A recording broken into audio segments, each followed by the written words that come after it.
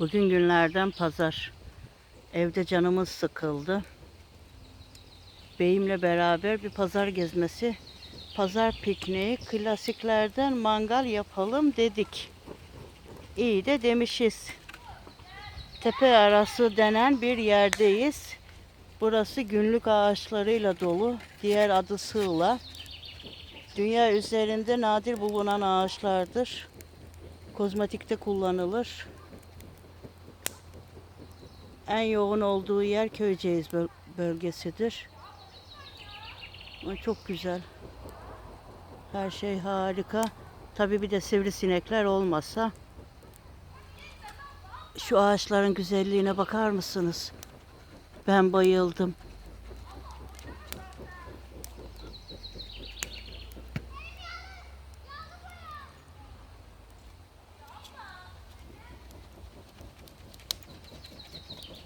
Tatlım nasılsın?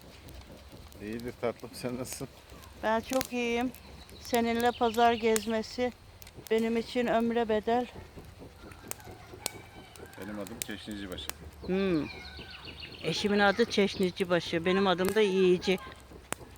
Neyse şimdilik bu kadar olsun. Sonra devamı gelir. Kanalımıza abone olmayı unutmayın. Teşekkürler.